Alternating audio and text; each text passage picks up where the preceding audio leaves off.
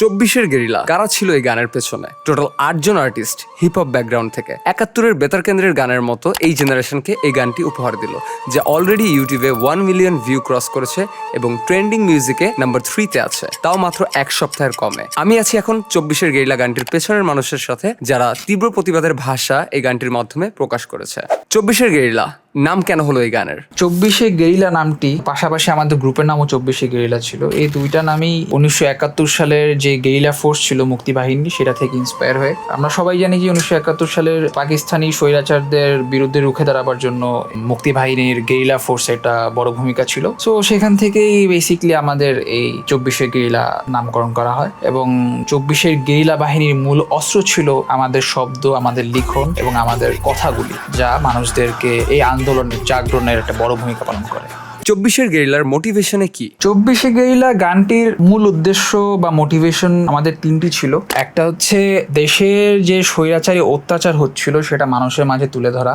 2, আমাদের সাধারণ জনগণের মনের ভাবটা ছিল, কথাগুলো ছিল মনে, যা তারা অ্যাকচুয়ালি এক্সপ্রেস করতে পারতো না এই স্বৈরাচারদের জন্য, তা মানুষদের কাছে তুলে ধরা। এবং 3, আমাদের এই আন্দোলন চলাকালীন যে রাস্তায় ছাত্রছাত্রীরা ভাই বোনরা যারা ছিল তাদেরকে মনোবল এবং সাহস দেওয়াই ছিল আমাদের মূল উদ্দেশ্য।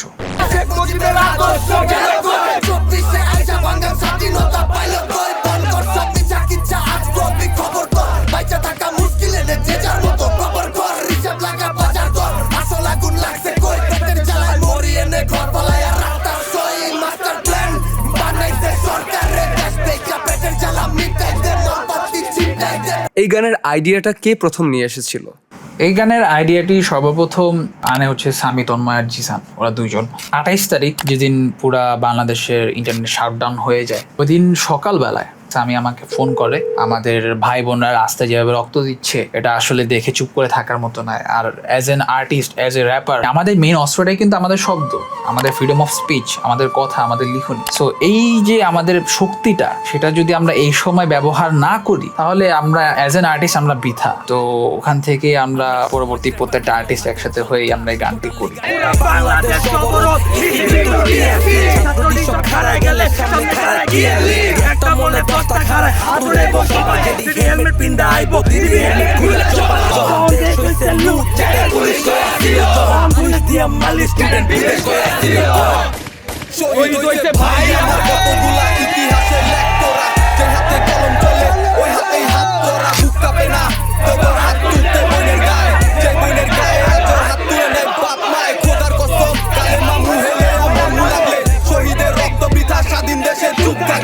আপনাদের নিজেদের অ্যাকাউন্ট থেকে কেন পোস্ট করলেন না? এটার মেইন রিজন হচ্ছে এই আন্দোলন চলাকালীন যারাই প্রতিবাদ করছিল না কেন, ছাত্র ছাত্রী, স্পেশালি আর্টিস্টরা, স্পেশালি আমাদের হিপ হপ আর্টিস্টরা, তাদের বিভিন্নভাবে সমস্যার সম্মুখীন হতে হয়েছিল। কাউকে গ্রেফতার করা হচ্ছিল, কাউকে রিমান্ডে নেওয়া হচ্ছিল, কাউকে গুম করে দেওয়া হচ্ছিল। এগুলো চিন্তা করে আসলে অ্যানোনিমাস ওয়েতে গানটা আপলোড করা হয়। এগুলোর ভয় আমাদের যাতে চুপ করে রাখতে না পারে, আমরা যাতে আমাদের মনের ভাষা বা আমাদের যে প্রতিবাদের ভাষাটা চালিয়ে যেতে পারি, মানুষের কাছে পৌঁছাতে পারে, এটাই ছিল আমাদের মেন লক্ষ্য। তো এই জন্যই আসলে আমাদের অ্যানোনিমাস ওয়েতে গানটি ছাড়া হয়, আমাদের নিজস্ব চ্যানেলে না ছেড়ে।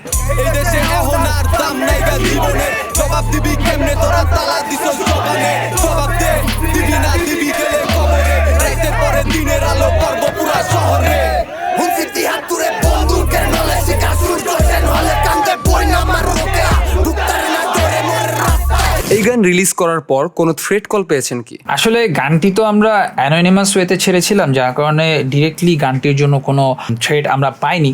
গানের জন্য আমরা ডিরেক্ট থ্রেট না পেলেও আমরা যারা আর্টিস্টরা আছি গানের মধ্যে, আমরা সকলে স্টুডেন্ট, সবাই আমরা এই আন্দোলনের রাস্তায় সরাসরি ছিলাম। যেমন জিএক্সপি বসুন্ধরা আন্দোলনের এই সেটটাতে ছিল এবং কিছু ছবি ছিল আন্দোলনের, তো ওগুলো ইউজ করে হচ্ছে ওকে থ্রেট দেওয়া হয়। তো যার কারণে ও বেশ কয়েকদিন পলাতক ছিল এলাকা থেকে। এবং মহিপুরের সাইডে, ইসিবির সাইডে যে সামি, তন্ময়, জিসান, সমাশিস, তারপর সালমান, সাকিব, রিমন, ওরা সকলেই ছিল। তো ওদেরকেও বিভিন্নভাবে ষড়যন্ত্রের শিকার হয়, তারাও একটু ভয় ছিল, তারাও আন্দোলনে সরাসরি ছিল। ছিল। তো এগুলোর দিক থেকে আমরা বিভিন্ন থ্রেটের সম্মুখীন হই। তাছাড়া গানের জন্য সরাসরি কোনো থ্রেট আমরা পাইনি। এই গানটি যেই প্ল্যাটফর্মে রিলিজ করা হয় তাদের এই গানের পেছনে রোল কতটুকু ছিল? এই গানটি রিলিজ করা হয় QMG কোয়ান্টাইজ মিউজিকের প্ল্যাটফর্ম থেকে, তাদের ইউটিউব চ্যানেল থেকে, এবং তাদের রোলটা আসলে অনেক বড় ছিল। তারা একটা বিশাল ভূমিকা পালন করে আমাদের এই গানের রিলিজের পিছনে। এই গানটি আসলে 28 তারিখ তৈরি করা হয় এবং 28 তারিখে গানটি আমি তন্ময় ভাইকে পাঠাই এবং তিনি অনেক খুশি হন গানটি শুনে। তবে 28 তারিখ যখন ইন্টারনেট ব্ল্যাকআউট হয়ে যায় তখন আমরা গানটি আর আপলোড করতে পারি না। আমাদের গানটি আপলোড করার সময় ছিল, আমরা ভেবেছিলাম যে আমরা রাত্র 8টার দিকে গানটি রিলিজ করবো, তবে ইতিমধ্যেই আমাদের দেশে ইন্টারনেট বিচ্ছিন্ন হয়ে যায়। তো যার কারণে আমরা গানটির আপলোড করতে পারি না এবং তার পরের দিন থেকে কারফিউ জারি হয়ে যায়। ইন্টারনেট বিচ্ছিন্ন থাকার কারণে চারপাশে কি হচ্ছে আমরা খবরাখবর রাখতে পারছিলাম না এবং আমরা ভালো মতোই জানি যে আমাদের বাংলাদেশের যে মিডিয়াগুলো আছে তারাও খুব ভালো একটা ভূমিকা পালন করেনি, কারণ চারপাশে কি হচ্ছে তারা সেটা তুলে ধরছিল না। সো আমরা বুঝতেছিলাম না কি হচ্ছিল। যখন ইন্টারনেট আসার পর যখন দেখতেছিলাম যে চারপাশ থেকে আমাদের ভাই বোনদের এরকম রাতের বেলায় গুম করে দেওয়া হচ্ছে, বাসা থেকে তুলে নেওয়া যাওয়া হচ্ছে, গ্রেফতার করা হচ্ছে, রিমান্ডে নেওয়া হচ্ছে, তো সেটা দেখে আসলে আমরা একটু বিব্রত বোধ করি যে কিভাবে কি করা যায়, গানটা কিভাবে রিলিজ দেওয়া যায়। ঠিক তখনই হচ্ছে কোয়ান্টাইজ মিউজিকের যে ওনার তন্ময় ভাই আমাকে অ্যাপ্রোচ করে বলে যে তোমাদের লায়াবিলিটিস বা তোমাদের বিব্রত বোধ করার কোনো কারণ নেই, তোমরা অ্যানোনিমাস ওয়েতে গানটা ছাড়তে পারো, এতে তোমরাও সেফ থাক। তো সেক্ষেত্রে তখন তন্ময় ভাই এখানে একটা বড় রোল পালন করে। তারা আমাদের সেফটি এবং লায়াবিলিটির কথা চিন্তা করে উনি তার চ্যানেল থেকে এটা আপলোড করে। প্রতিবাদের ভাষাটা মানুষের কাছে পৌঁছানোর মূল মাধ্যমটাই ছিল QMG মিউজিক এবং তাদেরকে আমি অসংখ্য ধন্যবাদ জানাই। তাদের প্রতি আমরা সকলেই খুবই গ্রেটফুল তারা এরকম একটা বড় একটি রোল প্লে করেছে। এই গানের কি কোনো মিউজিক ভিডিও আসবে? না, আসলে এই গানটির কোনো মিউজিক ভিডিও আসার সম্ভাবনা নেই, কারণ এটাকে আমরা একটা গান হিসেবে দেখছি না, এটাকে আমরা একটা প্রতিবাদের একটা মাধ্যম হিসেবে দেখছি। আমার মনে হয় না এটা কোনো মিউজিক ভিডিও আসবে।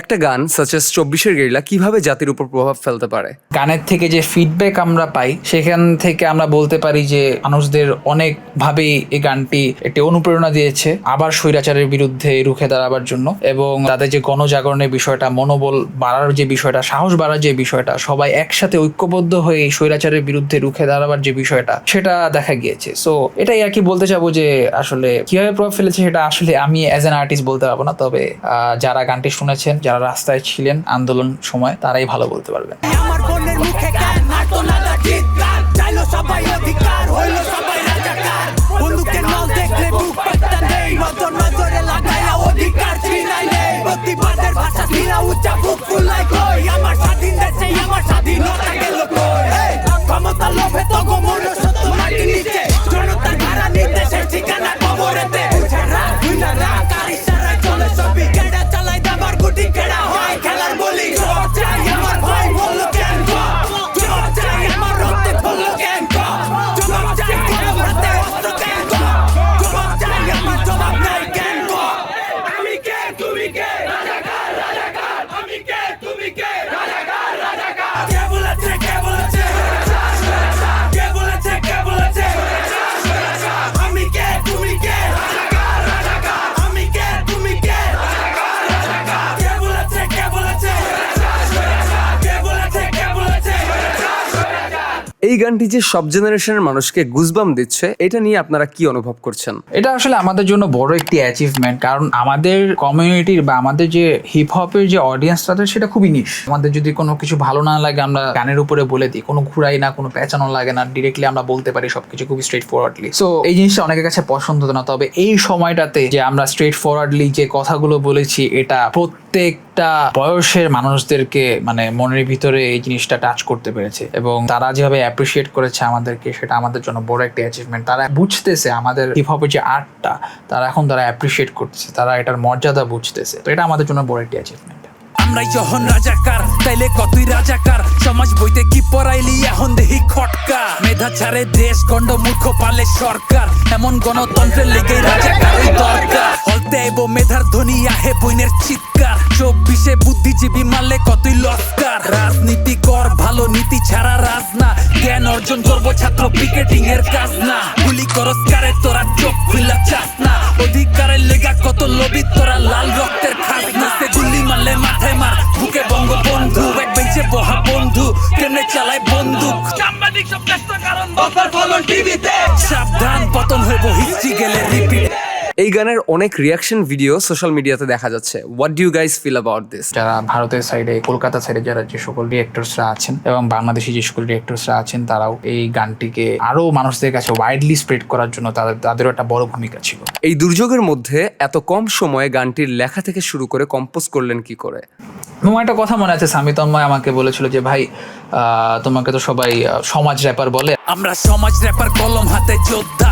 আমাদের কমিউনিটি একটু নিন্দা করে এই কথাটা বলতো আমাকে যে আমি সমাজ র্যাপার, সমাজ নিয়ে কাজ করি। তো সমাজ র্যাপার হিসেবে আমাদের এর দায়িত্ব আছে। তো ওখান থেকে আমরা তাড়াতাড়ি কাজটি শুরু করে দিই এবং সেই লেখাগুলো লিখতে আমাদের ভাবতে হয় না, কারণ যা লিখেছি তা বাস্তবে চারপাশে ঘটতেছিল। তো এগুলো দেখে আমরা আসলে লিপিবদ্ধ করার চেষ্টা করেছি সবকিছু। 28 তারিখেই হচ্ছে কাজটি কমপ্লিট করা হয়, পুরো অডিও সকল কাজ হচ্ছে আমরা রেডি করে ফেলি। ইতিহাস সাক্ষী দিব ন্যায়ের পথে খাড়াইছে কে, ইতিহাস সাক্ষী দিব গরম রক্ত বাড়াইছে কে, ইতিহাস সাক্ষী দিব আপন হাতে হারাইছে কে, ইতিহাস সাক্ষী দিব কলম হাতে খাড়াইছে কে। কলম আমার চুপ থাকে না অন্যায়ের সম্মুখে, ন্যায় করে না মাথা নিচু অন্যায়ের বিরুদ্ধে। কত নিচে নামার পরে নিজের রাজাকার কই, ভাইডি আমার রক্ত দিল কয়েকটি সমাধান কই। লাস্ট কোয়েশ্চেন, এই যে বাংলার মানুষের কাছ থেকে এত ভালোবাসা পেয়েছেন, এই নিয়ে কিছু বলতে চান? হ্যাঁ, আসলে এই গানটি যখন আমরা করি, আমাদের মূল লক্ষ্য ছিল যে আমাদের প্রতিবাদের ভাষাটা মানুষের কাছে পৌঁছাক। সেখানে আমাদের নাম থাকুক বা না থাকুক বা গোপন থাকুক, মানুষের যে মনের ভাষাটা ছিল, যেটা এতদিন বন্দি ছিল,